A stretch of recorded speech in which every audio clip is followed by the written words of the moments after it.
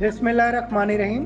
Asia cup में पहली century score करने वाला पाकिस्तानी खिलाड़ी। वैसे तो किसी भी बल्लेबाज की जानिब से मैच के दौरान सेंचुरी स्कोर करना बड़े एजाज की बात होती है, क्योंकि किसी भी टीम की जानिब से बल्लेबाज का सेंचुरी स्कोर करने का मतलब टीम की जीत में अहम किरदार अदा करना होता है। दूसरा, किसी भी बल्लेबाज की जानिब से सेंचुरी स्कोर करने से टीम का मोरल बुलंद हो जाता है और इससे हरीफ टीम पर दबाव बढ़ जाता है। अगर सेंचुरी किसी भी बड़े इवेंट में की जाए तो इसका लुत्फ दोबाला हो जाता है। एशिया कप 2025 का मेला अपनी आबोताब के साथ जारी है। एशिया कप में अब तक 62 सेंचुरियां स्कोर हो चुकी हैं।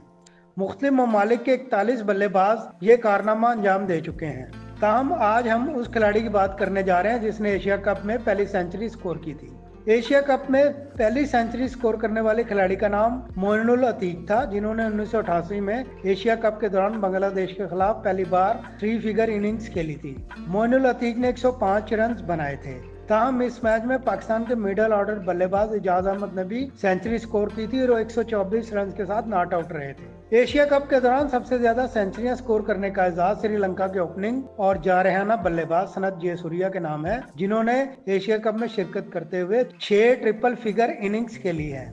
इसके बाद भारत के विराट कोहली का नाम आता है, जो 5 सेंचुरियों के साथ दूसरे नंबर पर मौजूद है। साबिक भारतीय कप्तान विराट कोहली वाहिद बल्लेबाज हैं जिन्होंने एशिया कप के वनडे और T20 फॉर्मेट दोनों में सेंचुरियां स्कोर कर रखी हैं। भारत एशिया कप में 20 सेंचुरियों के साथ सरे फहरिस्त है।